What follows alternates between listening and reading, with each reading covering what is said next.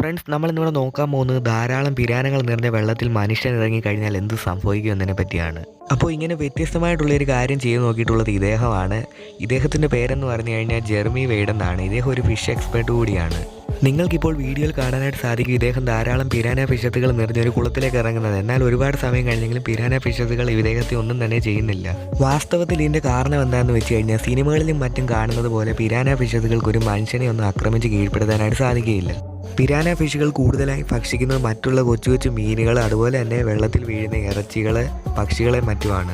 ഒരിക്കലും തന്നെ അവ തന്നേക്കാൾ വലിപ്പമേറിയ ഇരയെ ആക്രമിക്കാനായിട്ട് ശ്രമിക്കുകയില്ല. അതുകൊണ്ട് തന്നെ സിനിമയിലും മറ്റും കാണുകയും കേൾക്കുകയും ചെയ്യുന്ന പോലെ പിരാന ഫിഷ് വളരെയധികം അക്രമാസക്തവും അപകടകാരികളുമായിട്ടുള്ളൊരു മീനുകളെ അല്ല.